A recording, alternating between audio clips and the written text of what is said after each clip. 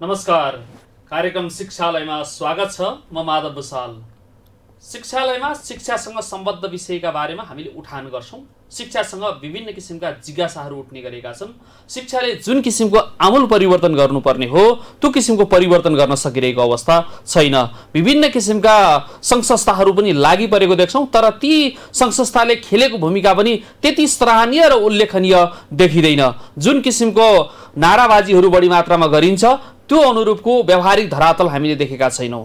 शिक्षालय कार्यक्रमले विशेष गरेर यही विषयलाई उठान गर्दछ, जुन विषयका मार्फत शिक्षाका क्षेत्रमा आमूल परिवर्तन गर्न सकियोस्, ती प्रबुद्ध व्यक्तिहरूलाई झकझकाउन सकियोस् अथवा उहाँहरूको अन्तर्हृदयलाई तताउन सकियोस्। त्यो एउटा उत्प्रेरणा लिएर हामी शिक्षालय कार्यक्रममा उपस्थित भएका छौँ। आजको कार्यक्रममा लामो समयसम्म शिक्षा क्षेत्रसँग सम्बद्ध रहेर र शैक्षिक क्षेत्रमा केही गर्नुपर्छ भनेर अगाडि बढ्नुहुने नेपाल लोकतान्त्रिक संस्थागत तथा निजी विद्यालय शिक्षक सङ्घ निष्ठाका केन्द्रीय अध्यक्ष आदरणीय भोलानाथ चालिस्य हामी माझ हुनुहुन्छ। उहाँलाई अतिथिका रूपमा आमन्त्रण गरेका छौँ। उहाँलाई स्वागत गरौँ।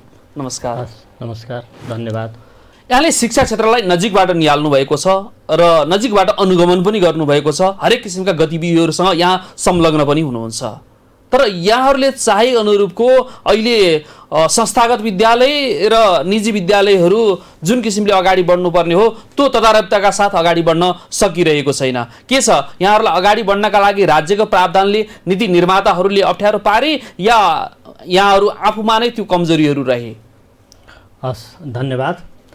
अब मूलतः हाम्रो संस्थागत तथा निजी विद्यालय जसलाई अब कम्पनी अनुसार अहिले चलिरहेका छन्, केही निजी गुठी अनुसार चलिरहेका छन्, त्यसै गरिकन केही सार्वजनिक गुठी अनुसार चलिरहेका छन् भने केही तपाईँको विभिन्न खालका धार्मिक संस्थाहरूले मदरसाहरूले पनि चलाइरहेका छन् र त्योभन्दा पर केही विद्यालय कूटनीतिक नियोगबाट पनि चलेका छन्। यी सबै विद्यालयमा काम गर्ने शिक्षक कर्मचारीहरूको तपाईको सेवा सुविधा, उहाँहरूको चाहिँ सोशल सेक्युरिटीका विषयमा एडभोकेसी गर्ने यो संस्था हो।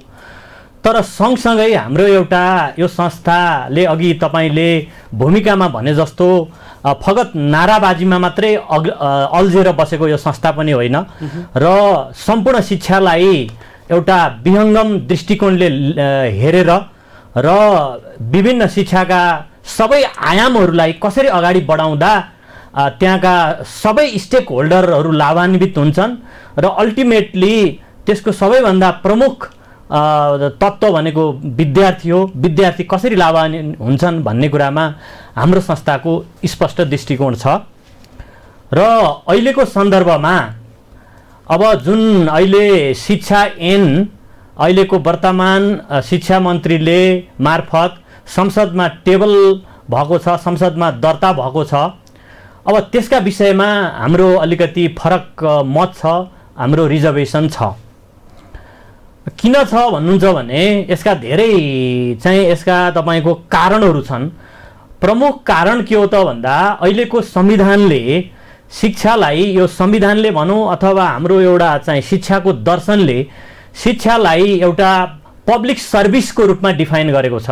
यो कुनै व्यापारिक वस्तु होइन, यो कमोडिटी होइन भन्ने खालको कुरालाई यसले आत्मसात गरेको छ। यहाँ आफै फेरि निजी विद्यालय अथवा संस्थागत विद्यालयसँग सम्बद्ध रहनु भएको छ, त्यसको नेतृत्व गर्नुभएको छ। फेरि मुनाफा रहित भनेर त निजी विद्यालय मुनाफा रहित तरिकाले त पक्कै पनि अगाडि बढेका छैनन्। फेरि बढ्छन् र बढेका छन्। 2008 सालमा पहिलो निजी विद्यालय सत्यनारायण बहादुर श्रेष्ठले फर्पिङमा खोल्दाखेरिमा त्यो नाफा कमाउने कम्पनीको रूपमा खोलिएको थिएन र 2046 सालको आन्दोलन र त्यो पछाडिको परिवर्तनसम्म पनि निजी विद्यालय प्रति हेर्ने दृष्टिकोण, निजी विद्यालयहरूका सञ्चालकप्रति हेर्ने दृष्टिकोण असाध्यै यो चाहिँ हाम्रो यो समाजमा साह्रै पोजिटिभ थियो र उहाँहरूलाई समाजले बहुत चाहिँ एउटा रेस्पेक्टफुल तरिकाले हेर्ने गर्थ्यो भने पछिल्लो समयमा यो शिक्षा चाहिँ एउटा व्यापारिक वस्तु भइसकेपछि सञ्चालकहरूले पनि निजी संस्थाले पनि एउटा शिक्षामा ठुलो योगदान गरेको छ, त्यो कुरालाई हामीले रिकग्निसन गर्नुपर्छ। तथापि उहाँहरूलाई अहिले माफियाको ट्याग लाग्ने गरेको छ र त्यो माफियाको ट्यागबाट बाहिर निस्कन र त्यो अनि शिक्षामा उहाँहरूले गरेको कामलाई एउटा सोसल रिकग्निसन लिनको लागि पनि उहाँहरूले यो निजी विद्यालयहरूलाई चाहिँ सार्वजनिक गुठी अथवा तपाईँको निजी गुठीमा जानुपर्ने अहिलेको संवैधानिक बाध्यता हो र यो संवैधानिक बाध्यतालाई यो ऐनले आत्मसात गरेन भने सडकमा आन्दोलन हुन्छ। हामी गार्जियनहरू, हामी शिक्षकहरू, विद्यार्थीहरू र सरकार पक्षहरू सबै मिलेर यो चाहिँ हामीले ठुलो प्रेसर हामी क्रिएट गर्छौँ र यसको हामी तयारीमा पनि छौँ। फेरि गुठीमा नलाने कुरा त राज्यले गरिसक्यो। राज्यले गरेको छैन। यो एउटा फगत एउटा चाहिँ कोठामा बसेर केही तपाईँको सम्झौता गरियो र त्यो सम्झौता राज्यको तर्फबाट गरेको भनेर म मान्न सक्दिनँ। र यसलाई तपाईँको गुठीमा लग्नु पर्ने यसका धेरै आर्गुमेन्टहरू छन्। अब त्यसमा अब यसका कारणहरू बिचमै पनि त विवाद छ नि। कसैले गुठीमा जाने धारणा राख्नुहुन्छ, कसैले नजाने धारणा राख्नुहुन्छ। होइन, यो कम्पनियनका साथीहरूले केही साथीहरूले गुठीमा नजान खोज्नु भएको हो, तर आम धारणा चाहिँ गुठीमा जाने नै छ। गुठीमा जाँदाका फाइदाहरू धेरै छन् होइन। अब यो त भन्नुहुन्छ हामी लामो समयदेखि लगानी गऱ्यौँ, अब गुठीमा गएर के त्यो चाहिँ सरकारीकरण गर्ने कुरातर्फ हामी कसरी हुन्छ, हामी लगानी गरिसकेपछि त त्यसको बेनिफिट प्राप्त गर्न सक्नुपर्छ भन्ने धारणा राख्नुहुन्छ। यहाँ मसँगै बसेर उहाँहरूले यी धारणाहरू राखिराख्नु भएको छ। होइन, उहाँहरूले राख्नु आफ्नो कुरा रह्यो, तर त्यो चाहिँ संवैधानिक चाहिँ प्रावधान अनुसार त्यो चाहिँ संविधानको प्रावधान अनुसार त्यो फरक हुन्छ। कुन विधानले त्यसलाई रोक्छ भन्नुहोस् त? संविधानको प्रस्तावनाले नै रोक्छ होइन। किनभने संविधानले पनि यो शिक्षालाई व्यापारिक वस्तुको रूपमा चाहिँ गरेको छैन। बरु 3 खम्बे अर्थनीति अनुसार जुन सरकारी छ, निजी, सहकारी र सरकारी छ, त्यसमा बरु निजीको स्थानलाई यसले चाहिँ निजीलाई स्थान दिएको छ, तर निजीलाई त्यहाँ व्यापार गर्नु भनेर चाहिँ भनेको छैन। त्यसकारण यो चाहिँ तपाईँको यसलाई चाहिँ तपाईँको गैर नाफामूलक तरिकाले निजी विद्यालयहरू चल्नुपर्छ। बरु राज्यले चाह्यो भने यो विद्यालय शिक्षा भन्दा माथिल्लो शिक्षा युनिभर्सिटी एजुकेसन चाहिँ यसले नाफामूलक बनाउन सक्छ होइन। अनि यत्रो लगानी गरिरहेका शिक्षकहरूले मान्छन् सर, तपाईँले भन्दै हुनुहुन्छ जारी सर, तपाईँहरूले चाहिँ मुनाफा रहित तरिकाले निजी विद्यालय सञ्चालन गर्नुपर्छ भनेर भन्नुहुन्छ, तर यत्रो लामो समयसम्म उहाँहरूको लगानी छ, त्यो ब्याजमा ब्याङ्कमा राखेको भए पनि त्यसबाट मुनाफा प्राप्त हुन्थ्यो, त्यो लगानी हामी यतिकै छोडिदिन सक्छौँ भनेर उहाँका धारणा रहन्छन्। अब कसरी हामीले त्यसलाई सत्य तथ्यसङ्गत लिन सकिन्छ? त्यसलाई सकिन्छ। किन सकिन्छ भन्नुहुन्छ भने उहाँहरूले लगानी गर्नुभएको छ, वर्षौँदेखि काम पनि गर्नुभएको छ। उहाँहरूले यदि यो मुलुकमा हामी शिक्षा सेवा गर्न आएको होइन, व्यापार गर्ने आएको हो भन्ने उहाँलाई लाग्छ भने उहाँहरूले एउटा निश्चित समयमा आफ्नो विषय आफ्नो चिज सेल गर्न सक्नुहुन्छ, त्यसलाई चाहिँ अर्को तरिकाले कन्भर्ट गर्न सक्नुहुन्छ र अर्को क्षेत्रमा लगानी गरेर मुनाफा कमाउने क्षेत्रमा लगानी गर्न सक्नुहुन्छ। शिक्षामा जो शिक्षा सेवा गर्छन् भनेर चाहिँ तत्त्व राख्छन् तिनीहरूले सेवा गर्छन् र अहिलेको जस्तो चाहिँ गल्ली गल्लीमा च्याउ उम्रेका विद्यालय पनि हुँदैनन्। अनि विद्यालय एउटा निश्चित मापदण्ड अनुसार चल्छन्। अनि उनीहरूको एउटा राज्यले उनीहरूलाई के को लागि काम गराउने होइन, टेक्निकल एजुकेसनको लागि काम गराउने कि होइन, अथवा कुनै चाहिँ तपाईँको सहकारी मार्फत कुनै चाहिँ तपाईँको अलिकति यो जुन हामीले यो औषधि सम्बन्धी जडीबुटी सम्बन्धी विद्यालयहरूको लागि जिम्मा दिने कि, अथवा त्यो कन्सेप्चुअल क्लियरिटी जब राज्यसँग हुन्छ अनि त्यसपछि त्यो निजीहरूले पनि आफ्नो स्थानमा आफ्नो तरिकाले काम गर्छन् र अहिले सरकारमै क्लियरिटी छैन, हाम्रा चाहिँ राजनीतिक दलहरूकै बिचमा क्लियरिटी छैन। अब यो देशका मुख्य भन्दैन न त शिक्षाको अहिलेको क्लियर मार्क विधान कसरी पास हुनुपर्छ, अहिलेको विधेयक चाहिँ पास हुनका लागि कुन कुन आधारमा हामी टेकिनुपर्छ? जुन अहिले त सडकमा पनि शिक्षकहरू आन्दोलित भएर देखिरहेका छौँ, प्राइभेट संस्थाहरू पनि तपाईँहरूको एउटा किसिमका धारणाहरू रहेका छन्, केही फेरि तपाईँहरूकै मध्येबाट फरक धार रहेको छ, सरकारी विद्यालयहरूका त्यस्तै किसिमका मागहरू रहेका छन्। यसरी विधेयक नै अनिर्णयको बन्दी गराउनुमा त यी विभिन्न तपाईँहरू जस्तै सङ्घ संस्थाहरू रहनुभयो त आखिरी जसरी भए पनि? हामी छैनौँ, हामी यो सरकार नै अनिर्णयको बन्दी सरकार हो। अब कुनै पनि शिक्षा यो चाहिँ शिक्षा एउटा दर्शनमा चलेको हुन्छ र हाम्रो यो जुन नेपालको संविधान छ यो फगत कागजको खोस्टो होइन। अनि यो संविधानको मर्म अनुसार जुन ऐन कानुन बन्छन् ती ऐन कानुनहरूले संविधानको मर्म बोक्नुपर्छ र संविधानलाई कार्यान्वयन गर्ने तहमा जानुपर्छ। तर यो संविधानको मर्म अनुसार अहिलेको शिक्षा विधेयक चाहिँ संविधानको बर्खिलाप गर्ने खालको छ, न कि यो कार्यान्वयन गर्ने खालको कुनै हालतमा पनि छैन। यसका लागि अब राज्यले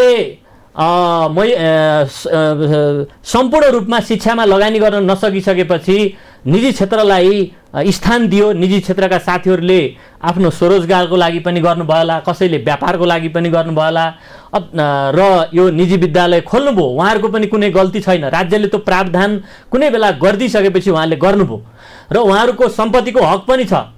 तर के छ भन्नुहुन्छ भने हामी संविधानलाई मानिसकेपछि, एउटा दर्शनलाई मागिसकेपछि हामी कोही चाहिँ अब त प्रजातान्त्रिक समाजवादलाई मानौला, कसैले चाहिँ तपाईँको जनताको बहुदलीय जनवादलाई मानौला।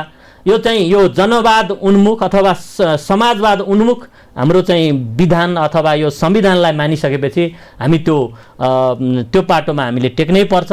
र अहिलेको संस्थापकहरूले जुन किसिमले 5 वर्षमा गुठीमा जाने भन्दाखेरिमा उहाँले जुन खालको विरोध जनाउनु भयो, 5 वर्षको विषयमा बरु अलिकति लचक हुन सकिन्छ, थप हामीले गर्न सकिन्छ र उहाँहरूलाई इनफ टाइम दिएर आफ्नो चाहिँ सम्पत्तिलाई कसरी उहाँहरूले चाहिँ अर्को चाहिँ मेटामोर्फोसिस तरिकाले अर्को फर्ममा जाने हो, अथवा म चाहिँ यसलाई चाहिँ सेवामूलक बनाउँछु र यहाँको मैले केही लगानी चाहिँ म बरु अरू नाफामूलक अर्कोमा गरेर नाफा गर्छु र यो शिक्षालाई मैले सेवाकै रूपमा लिन्छु र शिक्षा सेवा मार्फत मैले म यो देशको एउटा पब्लिक फिगर बन्छु भन्ने खालको उहाँहरूले सोच्नुहुन्छ भने यो हामी सेवामूलकमा जानै पर्छ। निष्ठाले यसका लागि के अभियान चालेको छ त? त्यसो भए यहाँ त केन्द्रीय अध्यक्ष पनि हुनुहुन्छ, सम्पूर्ण विद्यालयका सञ्चालकहरूलाई एकजुट बनाउनका लागि, यो विचारमा सहमत गराउनका लागि तपाईँहरूले चालेको कदम चाहिँ के रहन्छ? अब हामी पहिलो कुरा हामीले अब 1-2 चरण हामीले कुरा गरिसकेका छौँ। गार्जियनका संस्थाहरूसँग कुरा गरेका छौँ, शिक्षाविदहरूसँग कुरा गरेका छौँ र विद्यार्थीहरूसँग कुरा गरेका छौँ, विद्यार्थीका सङ्घ संस्थाहरूसँग, राजनीतिक दलसँग कुरा गरेका छौँ र हामीले म एउटा संस्थाको अध्यक्ष छु। अब हामीले एउटा मोर्चा बनाउँदैछौँ। त्यो के छ भन्नुहुन्छ भने शैक्षिक रूपान्तरणका लागि हामीले एउटा मोर्चा बनाउँछौँ। त्यो मोर्चा मार्फत हामीले निजी विद्यालयका साथीहरूलाई पनि कन्भिन्स गर्छौँ र आजभन्दा धेरै वर्ष, लगभग मैले 10 वर्ष अगाडि त्यतिखेर लवदेव अवस्थी चाहिँ शिक्षा सचिव हुँदाखेरिमा मैले एउटा प्रस्ताव राखेको थिएँ। तपाईँहरूले एउटा कम्तीमा 1000 विद्यार्थी भएको चाहिँ गुठीले को चाहिँ स्कुलले एक खालको रिकग्निसन पाउने, त्यहाँको चाहिँ प्रिन्सिपलले एक खालको रिकग्निसन पाउने, उसलाई चाहिँ अर्को सेवामा जान, कुनै खालको चाहिँ पब्लिकमा जान, इभन चाहिँ तपाईँको एउटा चाहिँ स्टेट मिनिस्टरको बराबरको सुविधा पनि दिन सक्छ यो राज्यले, किनभने उसले सेवा गरिसकेपछि त्यसलाई रिकग्निसन गर्न सकिन्छ। त्यस्तै 500 विद्यार्थी भएको चाहिँ राम्रोसँग गुठीमा एउटा विद्यालय चल्यो भने त्यस्तै खालको एउटा सचिव बराबरको उहाँलाई चाहिँ सुविधा दिएर अनि त्यसपछि यो राज्यले रिकग्निसन गर्न सक्छ।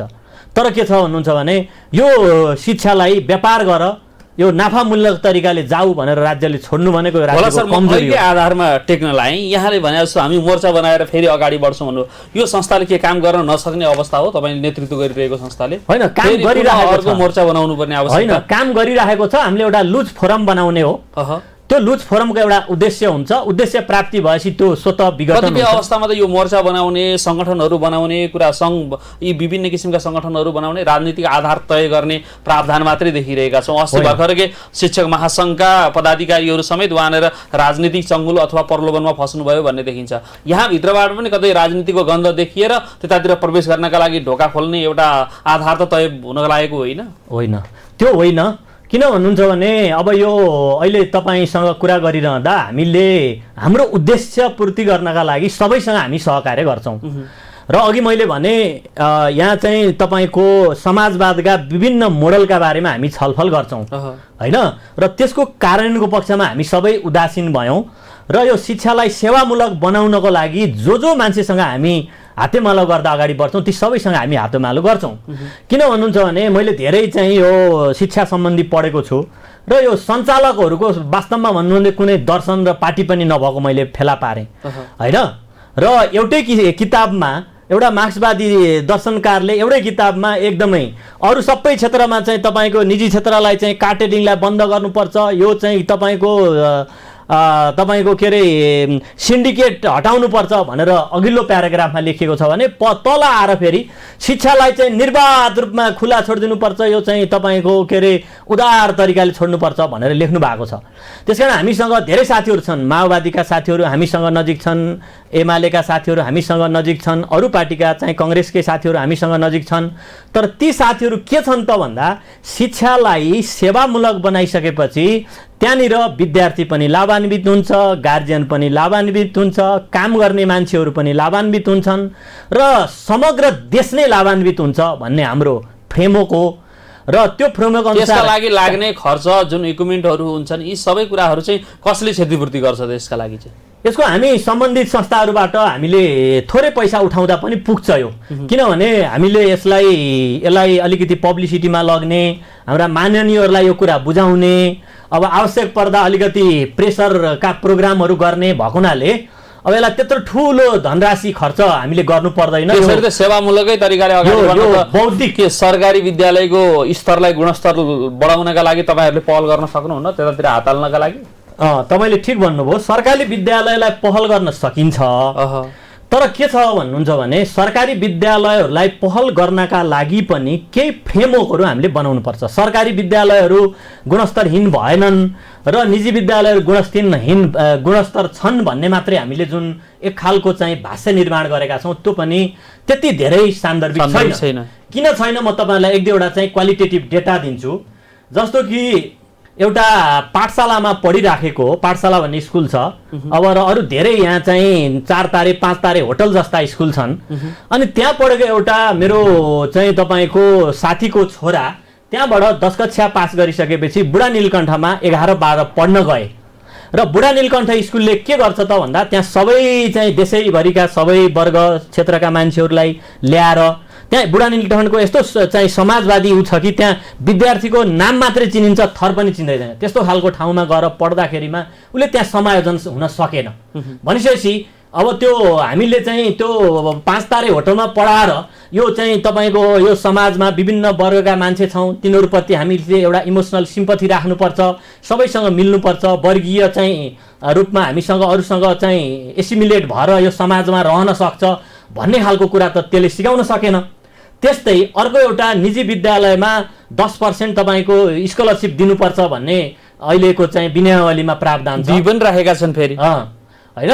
अनि त्यो विनयावलीमा प्रावधान भए अनुसार यही हाम्रै उपत्यकाको युलेन्स भन्ने विद्यालयमा एउटा नानीले स्कलरसिपमा पढ्न गयो, तर उसले चाहिँ के चाहिँ त्यहाँ पढ्न सकेन। किन भन्नुहुन्छ भने त्यहाँ पनि खालि चाहिँ तपाईँको यो चाहिँ शिक्षा भनेको एलिटहरूले पाउने शिक्षा अर्कै हो र अरू सर्वसाधारणले पाउने शिक्षा अर्कै हो र चाहिँ सबै एकै ठाउँमा बसेर शिक्षा लिन सक्दैनन् भन्ने खालको हामीले भाषा निर्माण गरेका छौँ। अघि मैले तपाईँलाई उदाहरण दिएको बुढा नीलकण्ठ स्कुलमा कुनै बेला तपाईँ हामी जस्ता जनताका छोराछोरी र राजाका छोरा पनि एकै ठाउँमा बसेर पढ्थे, त्यो खालको चाहिँ बन्दोबस्त थियो। अहिले शिक्षालाई चाहिँ हामीले एकदमै वर्गीय विभेद बनायौँ र शिक्षालाई हामीले एउटा तपाईँको के छ भन्नुहुन्छ भने यो कन्ज्युमरिजम भन्छ, समानुपातिक बनाइयो। समानुपातिक दृष्टिकोणबाट वितरित गर्ने अथवा सेवा सुविधा प्राप्त गर्ने, शैक्षिक उपलब्धि प्राप्त गर्ने त्यो वातावरण सृजना गर्नका लागि के गर्नुपर्छ र यहाँहरूले चालेको कदम चाहिँ के छ? त्यही हो, अघि मैले भनेको कुरामै म जोड्न चाहन्छु। यो अलिकति कन्ज्युमरिजमले अलिकति अस्वस्थ प्रतिस्पर्धा बनाइराखेको छ। यहाँ राम्रा सरकारी विद्यालय हुँदाहुँदै पनि, अब्बल सरकारी विद्यालय हुँदाहुँदै पनि त्यहाँ धेरै जसोले त्यो चाहिँ सोसल प्रेस्टिजका कारणले त्यहाँ विद्यार्थीहरू चाहिँ आफ्ना बाबु नानीहरू पढाइराख्नु भएको छैन। त्यो भनेको के हुनुहुन्छ भने अस्ति भर्खर चाहिँ तपाईँको चाहिँ गएको तिजमा एकजना लेडिजले एक दिनमा 5वटा प्रोग्राममा 5वटा साडी चेन्ज गरेर हिँडेको जस्तो हो कि। हामी कन्ज्युमरिजममा असाध्यै गऱ्यौँ, हामीले देखासिकी धेरै गऱ्यौँ, वास्तविकताबाट हामी धेरै टाढा गयौँ, सोसाइटीलाई हेर्न लाग्यौँ।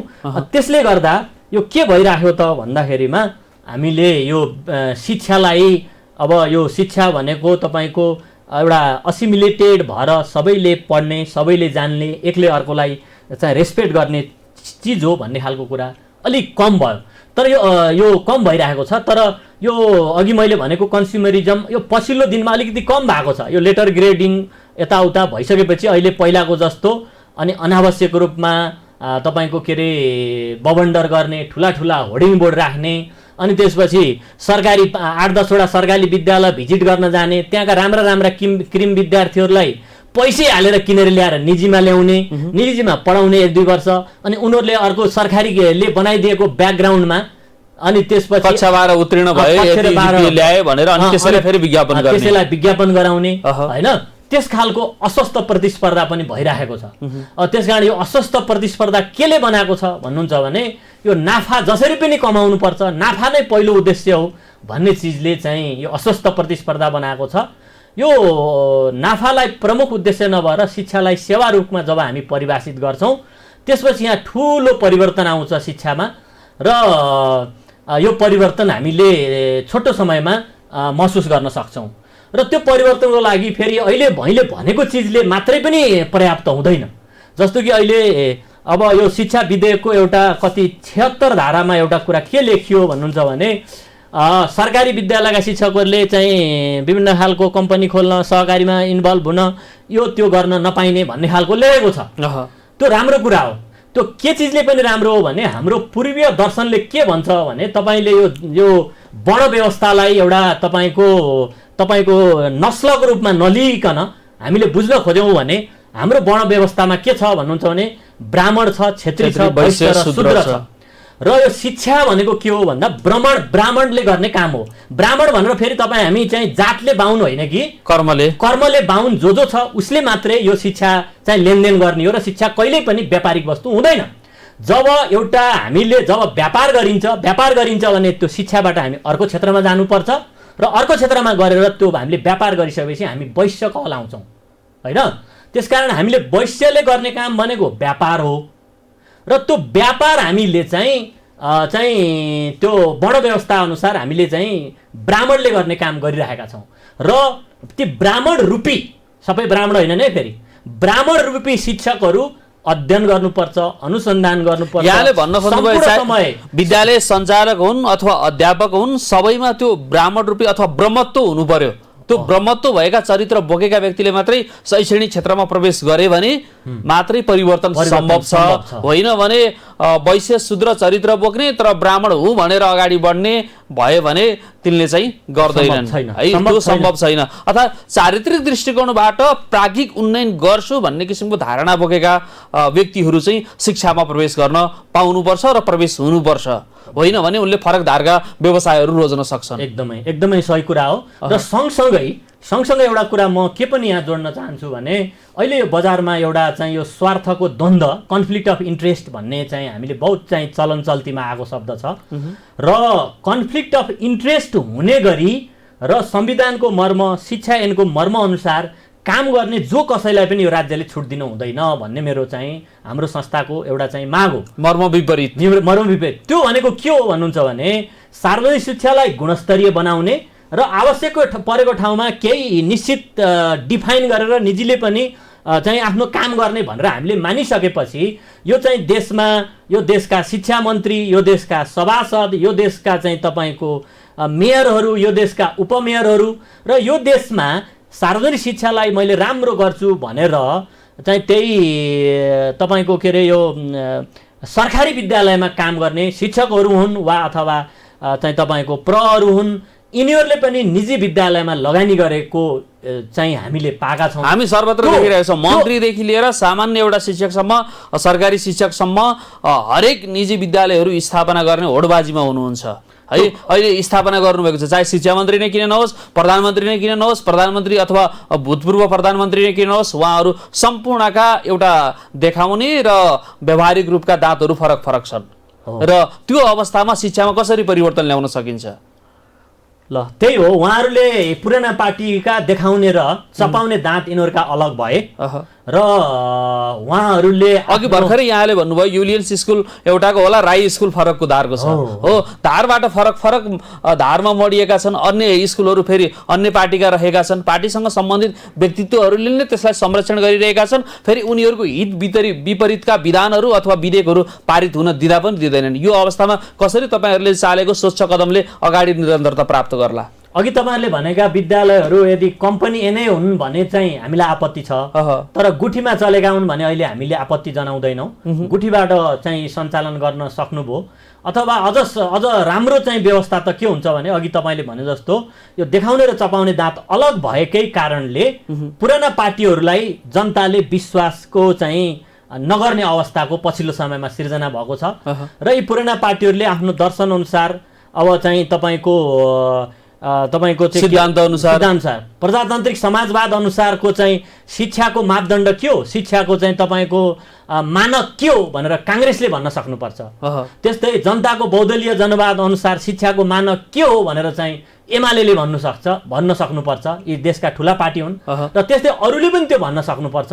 र त्यो भयो भने यहाँ धेरै हामीले सुधार गर्न सक्छौँ, सुधार सकिन्छ, सम्भव छ। र अघि मैले भने नि अब बरु तपाईँको विश्वविद्यालय तहमा चाहिँ अब हाम्रो एउटा देश असाध्यै हावापानीको दृष्टिकोणले पनि साह्रै राम्रो छ। यसमा हामी गएर चाहिँ विदेशमा गएर पढ्यौँ भने त्यहाँका विद्यार्थीले पढ्ने र हामीले पढ्ने फी पनि अलग हुन्छ युनिभर्सिटीमा। बरु युनिभर्सिटीमा चाहिँ यसलाई चाहिँ एजुकेसन हब बनाउने, हामीले बाहिरका विद्यार्थीहरूलाई पनि यहाँ ल्याएर पढाउने, केवल चाहिँ खालि यो युनिभर्सिटीको सङ्ख्या चाहिँ राजनीतिक प्रेरित भएर चाहिँ 18बाट 20, 20बाट 22 बनाएर युनिभर्सिटीको सङ्ख्या थप्नुभन्दा एउटा निश्चित उद्देश्यका अनुसार युनिभर्सिटी स्थापना गर्ने र बाहिरका विद्यार्थीहरूलाई पनि यहाँ ल्याएर पढाउने र एजुकेसन हब बनाउने खालको परिस्थिति यहाँ निर्माण हुन सक्छ। तर विद्यालय शिक्षा भनेको चरित्र निर्माण गर्ने हो, एउटा राष्ट्रियता निर्माण गर्ने हो, उच्च शिक्षाका लागि आधार तयार गर्ने हो। र त्यो विद्यालय शिक्षा अथवा यो 12 कक्षाको शिक्षा चाहिँ यो चाहिँ नाफामूलक मोडलबाट यो प्रोफिट मोडलबाट जानु हुँदैन। त्यो चाहिँ धेरै शैक्षिक दर्शन अनुसार र हाम्रै चाहिँ संविधान अनुसार पनि त्यो अलग हो अथवा त्यो चाहिँ विपरीत हो। होला सर, त्यति व्यावहारिक धरातलमा उभिन सकिएला? यहाँले त छिटै आशावादी हुनुहुन्छ यो हुन्छ भनेर, तर त्यति सहजै लगानीकर्ताहरूले हात धुन सक्ने अवस्था त देखिँदैन। उहाँहरूले हात धोइहाल्नु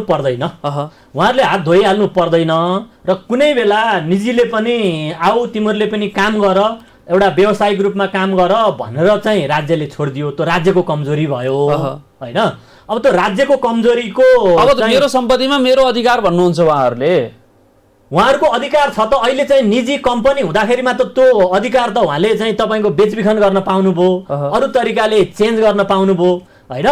म यो शिक्षामा व्यापार गर्दा मलाई चाहिँ राज्यले दिँदैन भने अहिलेको चाहिँ के छ, मैले यस्तो गजबको भवन बनाएको छु, मैले यहाँ होटल खोल्छु भन्न पाउनुभयो, विभिन्न पाउनुभयो नि त। आफ्नो लगानीलाई अरू तरिकाले प्रतिस्थापन गर्न पाउनुभयो।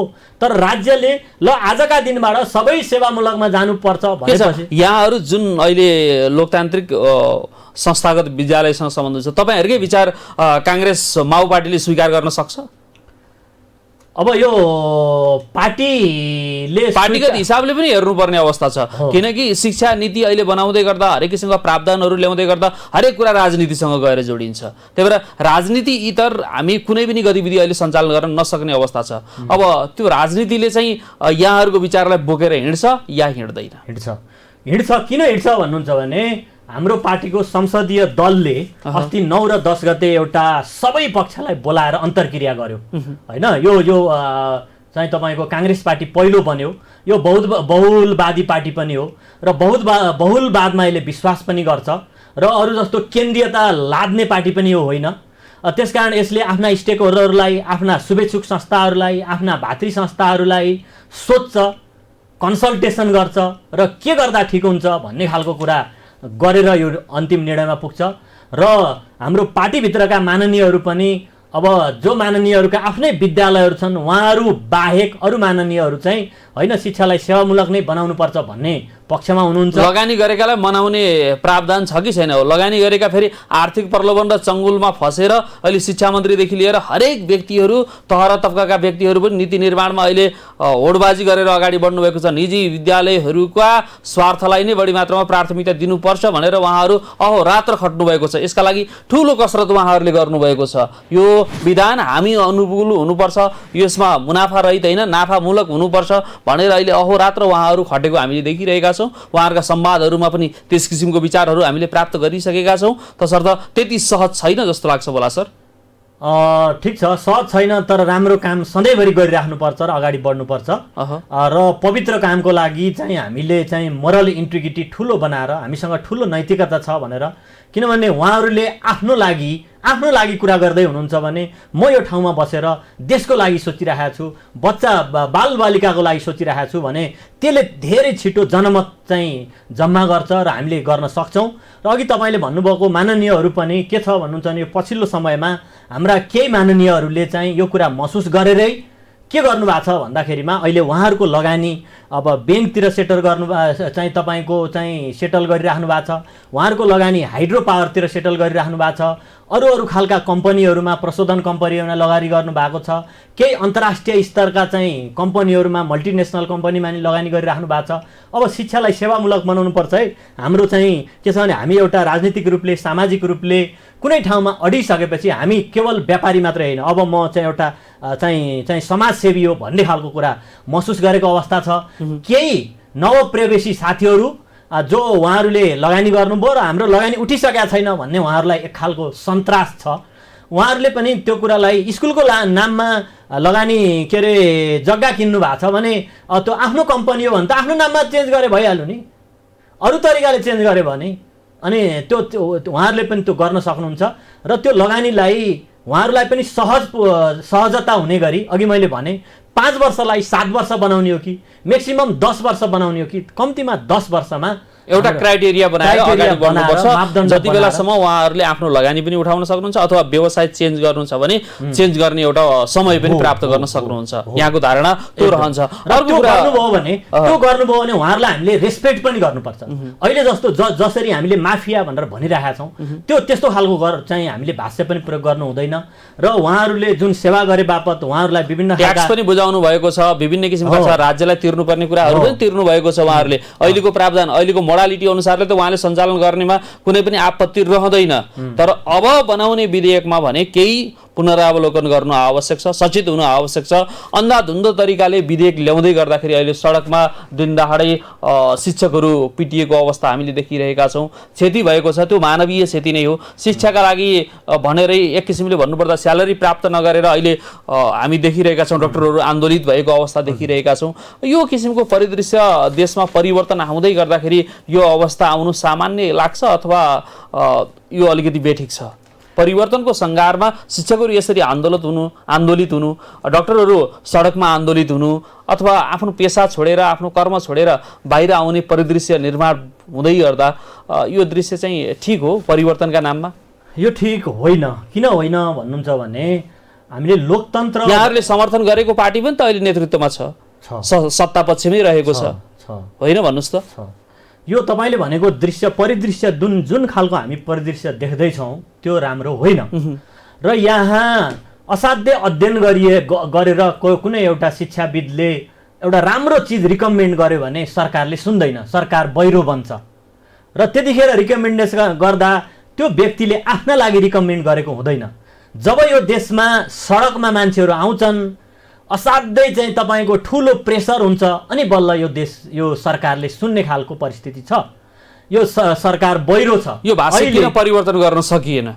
किन सकिएन भन्नुहुन्छ भने हामीले अहिलेसम्मको यो राजनीति के भयो त भन्नुहुन्छ भने यो चाहिँ तपाईँको चाहिँ आन्दोलनबाट आएको आन्दोलनको प्रेसरबाट सत्ता चेन्ज हुन्छ र त्यसले एउटा फिलोसोफी बोकेर सत्ता चेन्ज हुने होइन भन्ने मान्छेको बाहुल्यता छ। होइन भोला सर मैले जोड्न चाहेँ नयाँ दलहरू पनि त अहिले त्यहाँनिर सत्तामा अथवा सरकारमा समाविष्ट हुनुहुन्छ। सरकारकै एउटा सत्ता पक्षमा नभए पनि बाहिरी पक्षमा त रहनुहुन्छ, उहाँहरूले झकझगाउन त सक्नुहुन्छ। तर जुन किसिमका आवाजहरू जनतासँग बोलेर जानुभयो, नवीन पार्टीहरू भनेर जानुभएको छ, सबैको भावनाहरू समेट्ने भनेर, तथापि यी विधेयकका बारेमा उहाँहरूले अलिक खुलस्त तरिकाले बोल्नु भएको छैन, विचार बुलन्द पार्नु भएको छैन। यो पनि के छ, शिक्षातर्फ उहाँहरू पनि बिग्नु भएको हो? यो पछिल्लो समयमा उहाँहरूका मैले केही बाणीहरू टीका टिप्पणीहरू त देखिन्छ, सुन्न पाएको छैन। तर जस्तो कि अब राप्रपा पार्टी छ, राप्रपाको रविन्द्र मिश्र जो चाहिँ सार्वजनिक शिक्षा र समतामूलक शिक्षाको वकालत गरिराख्नु भएको छ। त्यस्तै अब राष्ट्रिय स्वतन्त्र पार्टीले पनि रवि लामिछानेजीले पनि शिक्षा सर्वसुलभ हुनुपर्छ र गुणस्तरीय हुनुपर्छ भनेर मैले बोलेको सुनेको छु। त्यस्तै अरू नयाँ पार्टीहरूले पनि शिक्षालाई चाहिँ होइन, बाहिर बस्दा मिडियामा कराए जस्तो, बाहिर हरेक ठाउँमा बोले जस्तो, त्यो संसद भवनभित्र छिर्दाखेरि त्यहाँनिर अर्कै तत्त्व रहन्छ। यसका बारेमा बुलन्द आवाज उहाँहरूले अझै पनि बोल्न सक्नु भएको छैन, जसका कारणबाट आज शिक्षा विधेयक यो किसिमको अप्ठ्यारो अवस्थामा रहेको छ। लाखौँ नेपालीहरू सडकमा उत्रनु पर्ने अवस्था आएको छ। राज्यले निकास प्राप्त गर्न सकिरहेको छैन, यो अझै विचाराधीन अवस्थामा रहेको छ। यसले 52 वर्ष पछाडि एउटा काँचुली फेर्छ भनेर शिक्षा जगतले आशा गरिरहेको एउटा क्षेत्रलाई अझै धराशायी बनाइरहेको छ। युवाहरू विदेशतिर पलायन हुनुपर्ने परिदृश्य हामीले ठुलो हेरेर बसिरहेका छौँ। अझै परिवर्तनका नारा फलाकिरहेको परिदृश्य देखिरहेका छौँ। अझ 48 सालको अब चुनाव आउँदैछ भनेर उहाँहरू त्यो सङ्घार कुर्दै हुनुहुन्छ। यसरी कसरी परिवर्तन सम्भव होला? शिक्षाले कसरी परिवर्तन पाउला? देशले कसरी मुहार फेर्ला? ठिक छ, तपाईँले भनेको कुरामा सहमति राख्दै यो यही 14 गतेबाट हाम्रो हाउस फेरि प्रतिनिधि सभा चाहिँ सुचारू हुन्छ अनि प्रतिनिधि सभामा सबै पक्षका माननीयहरूले अब यो विषयमा दफावार छलफल गर्नुहुन्छ। त्यसपछि हामीले उहाँहरूका कुरा पनि सुन्छौँ र अघि मैले भने जस्तो यो एउटा कुनै राजनीतिक पार्टीको विषय मात्रै नभएको हुनाले हामीले अघि सबै सर्वपक्षीय खालको एउटा हामीले मोर्चा बनाएर सबै राजनीतिक पार्टीका माननीयहरूलाई र एउटा शिक्षामा चाहिँ असल रूपान्तरणको लागि हामी अब यो तपाईको बौद्धिक कार्यक्रम पनि गर्छौं, त्यस्तै गरिकन दबावमूलक पनि कार्यक्रम पनि गर्छौं र यसले एउटा परिवर्तन ल्याउँछ, गरिखाने शिक्षाको यसले निर्माण गर्छ। बोला सर, मैले यहाँलाई रोक्न चाहे, विशेष गरेर के छ भन्दा हामी शिक्षामा छौं, शिक्षामा सम्बद्ध छौं, शिक्षालाई हामीले अझ निष्ठागत रूपमा अगाडि बढाउन सकेनौं के। विशेष गरेर यहाँ शैक्षिक निष्ठा रहेन अथवा त्यो भित्रको धर्म रहेन, हामी दलका रह्यौं। अझै पनि शैक्षिक क्षेत्रमा अगाडि बढिरहेका व्यक्तिहरूमा दलको झण्डा, दलको विचार अथवा दृष्टिकोण मात्रै पालेर अगाडि बढ्यौं भने शैक्षिक धरातल उकासिने हो, अथवा स्वतन्त्र रूपले अगाडि बढ्यौं भने यसको श्रीवृद्धि हुने हो। ठीक छ, तपाईले असाध्यै राम्रो प्रश्न गर्नुभयो र अहिलेको यहाँनिर समस्या यही छ, राजनीतिक विचारधारा त्याग्न नसकेका कारणले गर्दा शिक्षा जगतमा बिग्रिँदै देखिएको छ। राजनीति यस्तो छ, यसलाई यसरी बुझ्नुपर्छ। राजनीति पहिला मान्छे जन्मजात राजनीतिक प्राणी हो, स्वाभाविक हो, त्यो स्वाभाविक हो, आस्था स्वाभाविक हो। अनि त्यस्तै गरिकन ऊ कुनै न कुनै यो समाज परिवर्तनमा यो पद्धतिबाट अथवा यो फिलोसोफीबाट जाँदा समाज परिवर्तन हुन्छ भन्ने खालको कुरा उसले विश्वास गर्छ, कुनै राजनीतिसँग जोडिन्छ। र राजनीति भनेको दलीय प्रतिस्पर्धा भनेर नबुझौँ र शिक्षकहरू दलीय प्रतिस्पर्धामा दलगत स्वार्थमा लाग्नु हुँदैन। चुनावको बेलामा झण्डा बोकेर हिँड्ने कार्यक्रम त रहन्छ यता कता, तर त्यो दलगत चाहिँ मा लाग्ने होइन। तर शिक्षकले राजनीति चाहिँ बहुत गर्नुपर्छ भन्न ठान्दछु मैले। किन भन्नुहुन्छ भने योभन्दा अगाडि रामकृष्ण चाहिँ सुवेदी सचिव साहबले जुन साइन गरेर ड्राफ्ट आयो, त्यसपछि हामीले एउटा हाम्रो संस्थाको एउटा केन्द्रीय समितिको बैठक बसेर हामीले धारणा बनायौँ। त्यो धारणा बनाइराख्दाखेरिमा हामी कोही पनि काङ्ग्रेस पार्टीका मान्छेसँग हामीले कुनै पनि 1 इन्च पनि कन्सल्टेसन गरेनौँ। हामी बरु के छ, हामी शुभेच्छुक संस्थाले हामीले यो शिक्षा बुझेको कुरालाई हामीले एउटा चाहिँ तपाईको एउटा तपाईको फिलोसोफीमा अडेर र यसलाई कसरी रूपान्तरण गर्न सकिन्छ भन्ने कुराको रिकमेन्डेसन हामीले पार्टीलाई गर्नुपर्छ र पार्टीले त्यो कुरा सुन्नुपर्छ भनेर हामीले गरियो। मान्छे त्यस्तो खालको राजनीति सबै चाहिँ पेशागत संगठनले गर्न सक्यो भने स्वस्थ प्रतिस्पर्धात्मक मूलक राजनीति गरेर झकझकाउन भातृ अथवा भातृ माओ पार्टीहरूलाई झकझकाउनका लागि स्वाभाविक रूपमा सञ्चालन गर्नु, गतिविधि सञ्चालन गर्नु शोभनीय रहन्छ भन्ने यहाँ दृष्टिकोण रह्यो। हामी कार्यक्रमको अन्तमा रहेका छौँ। आफ्नो व्यस्त समयका बावजुद पनि अहिलेको शिक्षा विधेयक र निजी विद्यालयहरूमा जुन किसिमको परिवर्तनको आवश्यक छ, संस्थागत विद्यालयहरूमा पनि परिवर्तन आवश्यक छ र शिक्षालाई सेवा ही परमो धर्म भन्ने दृष्टिकोणबाट अगाडि बढाउनुपर्छ भन्ने यहाँको निष्कर्ष रह्यो, यहाँको धारणा रह्यो। आफ्नो व्यस्त समयका बावजुद बागमती टेलिभिजनको शिक्षालय कार्यक्रमलाई समय दिनुभयो, यसका लागि यहाँलाई विशेष धन्यवाद। धन्यवाद माधवजी। र मैले आज हामीले यो शिक्षाको अलिकति दार्शनिक पक्षसँग जोडेर कुरा गऱ्यौँ र हाम्रो संस्थाको मागहरू पनि थिए, तर त्यो मागहरू सडकमा भन्ने माग, अरूलाई भन्ने माग भन्दा पनि समग्र शिक्षालाई रूपान्तरण गर्न के सकिन्छ भन्ने विषयमा मैले केही विषय राख्न मैले मौका पाएँ, यसका लागि धन्यवाद। अब हाम्रो संस्थाको मागका विषयमा हामीले एउटा 3 महले एउटा विश्लेषण गरेर सबै मिडियालाई पनि दिएका छौँ, हजुरहरूलाई पनि दिउँला। यति भन्दै हामी हजुरलाई धन्यवाद दिँदै हामीले सायद यो कार्यक्रम सक्दैछौँ। शिक्षा एउटा महत्त्वपूर्ण पाटो हो। शिक्षाका क्षेत्रमा विविध व्यक्तित्वहरू अगाडि बढेका देखिरहेका छौँ, तर चाहिँ अनुरूपको उपलब्धि अझै शैक्षिक जगतले प्राप्त गर्न सकेको छैन। शैक्षिक साख जोगाउनु भनेको राष्ट्रको गरिमा जोगाउनु हो, पहिचान जोगाउनु हो र विश्व समुदायमा शिर ठाडो गराउने एउटा महत्त्वपूर्ण माध्यम पनि हो शिक्षा। र शिक्षा केवल स्वार्थका लागि होइन, नाफा रहित तरिकाले होइन, मुनाफा रहित तरिकाले सेवा ही परमो धर्म अथवा सेवा गर्नुपर्छ भन्ने जुन भावना बोकेर शिक्षाका क्षेत्रमा अगाडि बढ्नुपर्छ भन्ने किसिमको दृष्टिकोण नेपाल लोकतान्त्रिक संस्थागत तथा निजी विद्यालय शिक्षक सङ्घका केन्द्रीय अध्यक्ष आदरणीय भोलानाथ चालिसेको रह्यो। आजको कार्यक्रममा भोलानाथ चालिसेको धारणा पश्चात हामी नवीन अङ्कमा पक्कै पनि फरक व्यक्तित्वसहित कार्यक्रम शिक्षालय लिएर उपस्थित हुने नै छौँ। तबसम्मका लागि प्राविधिक कक्षमा रहनुहुने मित्रहरू र म कार्यक्रम प्रस्तुता कार्यक्रमबाट बिदा हुन चाहन्छौँ। नमस्कार।